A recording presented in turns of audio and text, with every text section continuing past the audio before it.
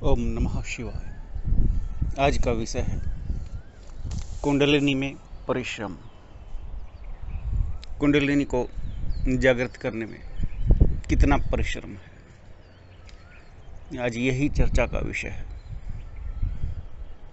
कुंडलिनी बाहर से तो दिखती नहीं और अंदर से कितना परिश्रम हो सकता है इसका कोई अंदाजा नहीं। कुंडलिनी अपने आप में कुछ भी ना होते हुए सब कुछ है, भारहीन होते हुए समस्त भार को अपने अंदर समेटे हुए है।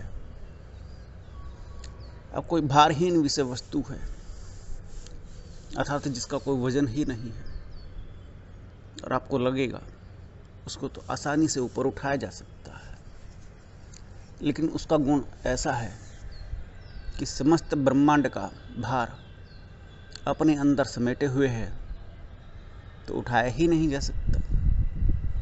कोई ना कोई गुण चाहिए, कोई टैक्टिक चाहिए, कोई तकनीक, कोई प्रक्रिया होनी चाहिए जो उसको उठाने में मदद करे।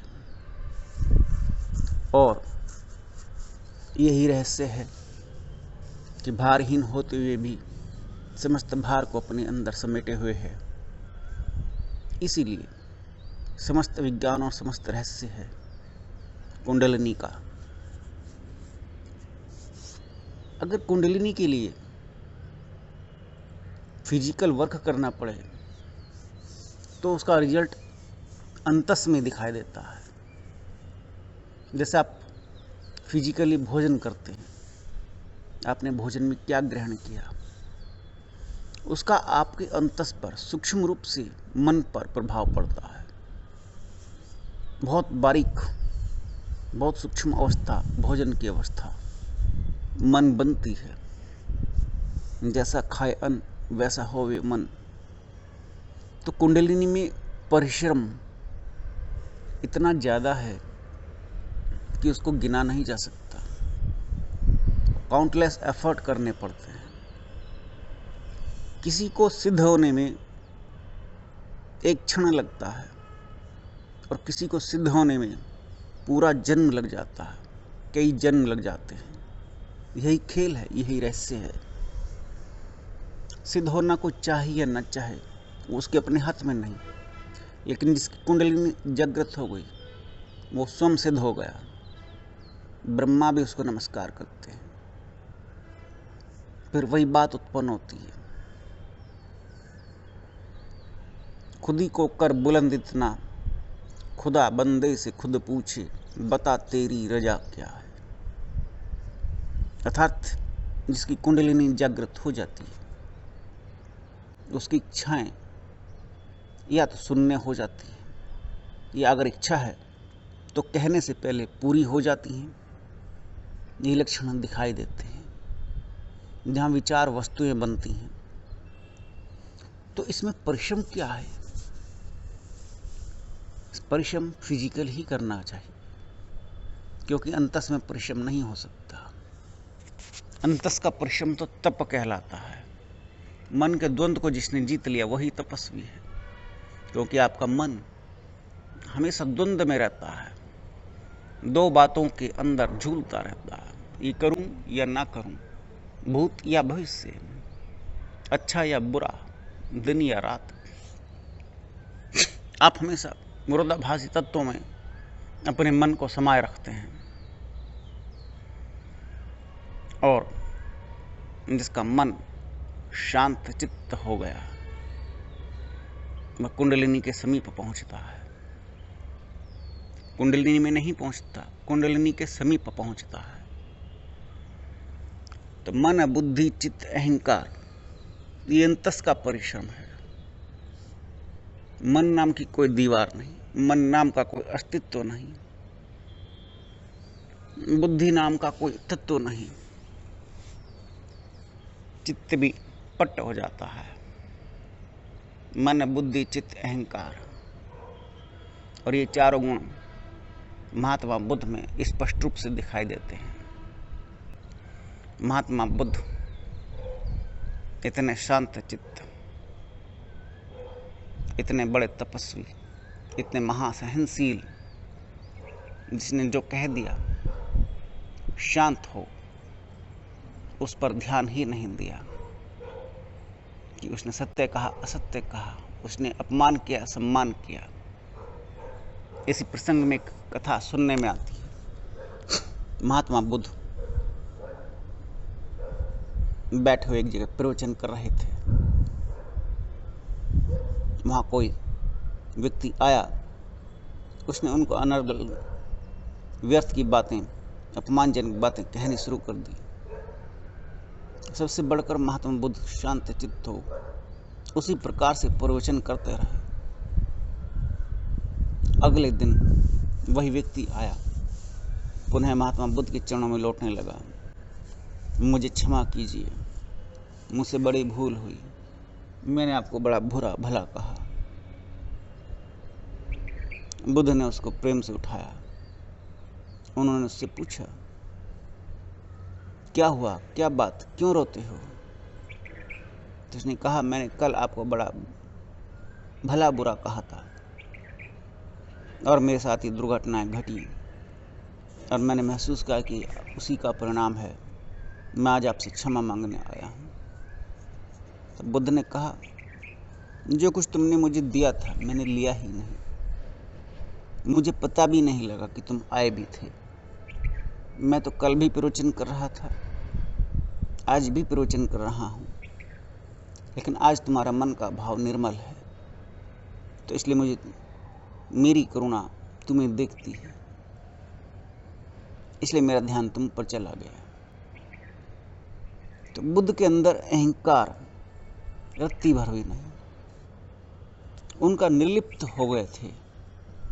मन बुद्धि चित्त अहंकार, ये अंतस का परिश्रम है, लेकिन उनका संघर्ष बहुत बढ़ा रहा। बुद्ध ने महान संघर्ष किया, पग पग पर हर पल उनको समाज का विरोध झेलना पड़ता था, राजा महाराजाओं से लेकर के आम जन तक का। इतनी बड़ी संघर्षशीलता, और सबसे बढ़कर उन लोगों ने उनको अपने अनुसार ढालना चाहा। भीड़ हमेशा यही करती है, भीड़ हमेशा आपको पागल कहती है। जब चमत्कारिक रूप से कुछ कुंडलिनी के प्रभाव आपके अंदर दिखाई देते हैं तो लोग कहते हैं आप पागल हो गए, आपकी बुद्धि सरक गई, भांग खा करके सोता रहता है, ये किसी काम का नहीं। ऐसे लक्षण उत्पन्न हो जाते हैं। बात रही दूसरी, कुंडलिनी में दूसरा परिश्रम क्या है? दूसरा परिश्रम आपका भोजन है। आप अपने भोजन को कितनी सूक्ष्मता से ग्रहण करते हैं, कितना उस पर ध्यान देते हैं, कितना माइन्यूट करते हैं, कितने कम भोजन में आप काम चला सकते हैं। क्या बिना भोजन के भी रह सकते हैं? क्या बिना पानी के भी रह सकते हैं? बड़ी अद्भुत चमत्कारिक बातें सामने आ जाती हैं। बॉडी में केमिकल चेंजेज होते हैं। जो इस विज्ञान को नहीं समझता कि बिना भोजन और बिना पानी के कैसे रहा तो बिना हवा के भी जाता है। ये कुंडलिनी में किया जाने वाला परिश्रम है, क्योंकि जैसे जैसे ऊर्जा बढ़ती है, क्योंकि एकमात्र ऊर्जा ही है जो दिखाई नहीं देती और उसका अस्तित्व है, और बहुत सारे शास्त्र भरे हुए हैं ऊर्जा से, शक्ति के सिद्धांतों से। दिखाई नहीं देती लेकिन काम करती है। मेरी ऊर्जा और आपकी ऊर्जा में अंतर है, वृक्ष की ऊर्जा में और किसी अन्य प्राणी की ऊर्जा में अंतर है। सूर्य की इतनी ऊर्जा है कि पूरी पृथ्वी को जीवन प्रदान करता है। इसी प्रकार से सभी की अलग अलग ऊर्जाएं होती हैं, तो बिना भोजन के क्या रहा नहीं जा सकता। जब आप कुंडलिनी में इस विज्ञान तक पहुंचते हैं कि भोजन ऊर्जा के लिए है और इतनी ऊर्जा आपको प्राप्त हो रही है कि भोजन की आवश्यकता नहीं, तो आप बिना भोजन के भी आसानी से रह जाते हैं। आप उन संस्कारों को मिटा देते हैं जो कई जन्मों के आपके अंदर उत्पन्न है कि शरीरधारी भोजन ग्रहण करता ही है। आप एक उस संस्कार को मिटा देते हैं। आप एक उस अवस्था में उच्च कोटि की अवस्था में आ जाते हैं। फिर बात आती है पानी की। आपका परिश्रम बिना पानी के भी हो जाता है। ये सब योग की क्रियाओं से ऊर्जाओं को ग्रहण कर लिया जाता है। योग में ऐसी बहुत सारी विधियां हैं जहां भोजन और पानी की भी जरूरत नहीं। फिर और ऊर्जा बढ़ाई जाती है और उस ऊर्जा के माध्यम से जो भारहीन कुंडलिनी है, जिसका कोई वजन नहीं लेकिन उसकी सत्ता बड़ी प्रबल है, वो स्वयं ही धीरे धीरे ऊपर उठने लगती है। जैसे जैसे आपकी ऊर्जा बढ़ती है, कुंडलिनी स्वयं ही ऊपर उठने लगती है। ऊर्जा मानो एक चुंबक है, कुंडलिनी उसका दूसरा छोर, दो विपरीत ध्रुव आपस में मिलने के लिए आतुर हो जाते हैं।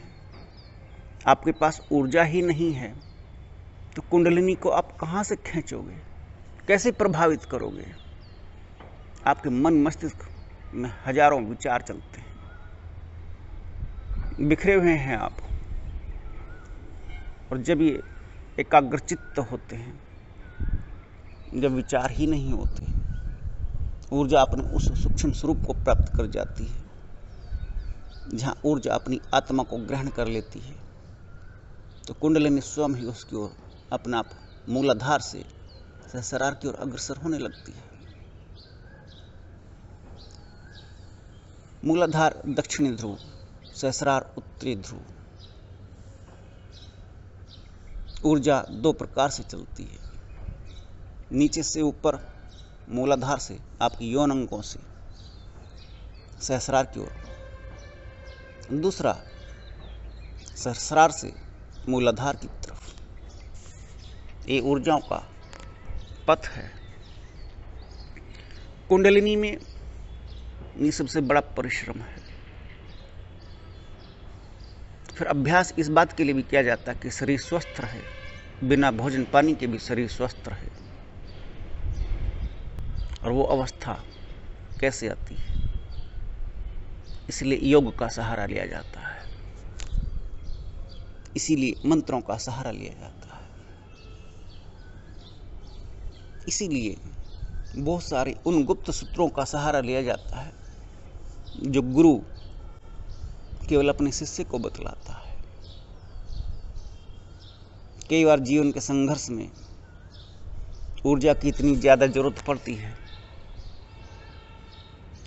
कि न जाने कब कौन से पल में कितनी ऊर्जा किसको देनी पड़े, अथवा सामने जो बाधा अथवा विघ्न है उसको हटाना पड़े। एक एग्जाम्पल बताता हूँ।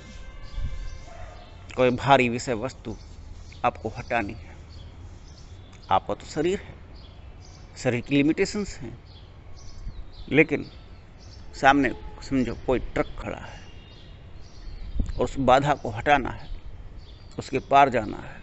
इतनी भारी विषय वस्तु को एक शरीर नहीं हटा सकता, तो ऊर्जा अतिरिक्त चाहिए, हाथी की ऊर्जा चाहिए।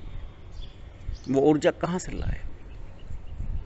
उसके लिए हाथी के स्वरूप का ध्यान किया जाता है। जितनी ऊर्जा चाहिए उतने हाथी का बल प्रयोग कर लिया जाता है, हाथी का प्रयोग किया जाता है। वृक्ष की ऊर्जा चाहिए, वृक्ष का ध्यान किया जाता है, अथवा किसी वृक्ष को हाथ लगाया जाता है, उसकी समस्त ऊर्जा ग्रहण कर ली जाती है और उस ऊर्जा को सामने खड़ी बाधा को हटाने में ट्रांसफर कर दिया जाता है। कुंडलिनी महाशक्ति है, महान ऊर्जा है। उसके साथ ऊर्जाओं के खेल और चमत्कारिक रूप से काम अपने आप भी चलते रहते हैं और किए भी जाते हैं। तो ऐसे में समस्त परिश्रम बाहर से जितना आप सुनते हैं वो भी है शरीर को स्वस्थ रखना, मन को प्रसन्न रखना, योगाभ्यास करना, एक्सरसाइज करना, भोजन पर ध्यान देना और मन को प्रसन्न रखने के लिए मन, बुद्धि, चित्त, अहंकार और द्वंद्व से परे जाना, और इन सभी के अंदर समस्त क्रियाएं समाहित हो जाती हैं। यही कुंडलिनी में परिश्रम कहलाता है।